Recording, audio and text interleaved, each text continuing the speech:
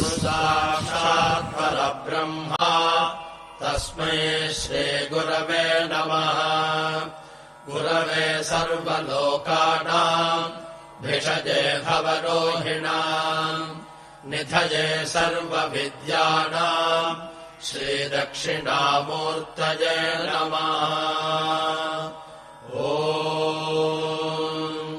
गणान् त्वा गणपतिगुं हवामहे कविम् कवीनामुपमश्रवस्तमम् ज्येष्ठराजम् ब्रह्मणाम् ब्रह्मणस्पत आनशृण्वन्नोतिभिः सेदसादनम्। ॐ श्रीमहागणपतये नमः। ॐ सद्यो जातम् प्रपद्यामि सद्यो जाताय वै नमो नमः।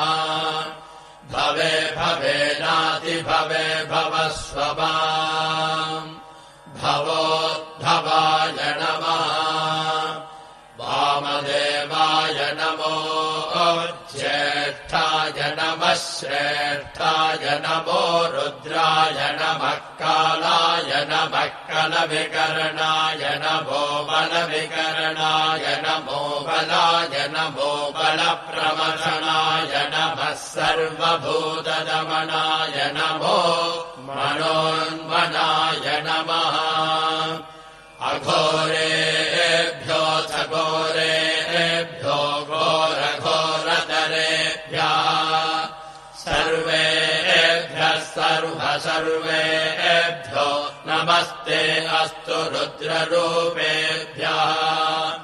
तत्पुरुषाय विद्महे महादेवाय धीमहि तन्नो रुद्रः प्रचोदयात्। ईशानः सर्वविद्यानामीश्वरः सर्वभूतानाम् ब्रह्माधिपतिर्ब्रह्मणोऽधिपतिर्ब्रह्मा शिवो मे अस्तु सदा शिवो।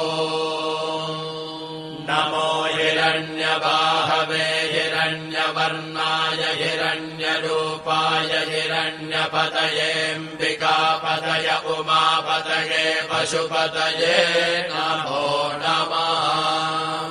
ॐ अस्य श्रीरुद्राध्याय प्रश्नमहामन्त्रस्य अघोरऋषिः अनुष्टुप्छन्दः सङ्कर्षणमूर्तिस्वरूपो योऽसावादित्यः परमपुरुषः स एष रुद्रो देवता। नमः शिवाय।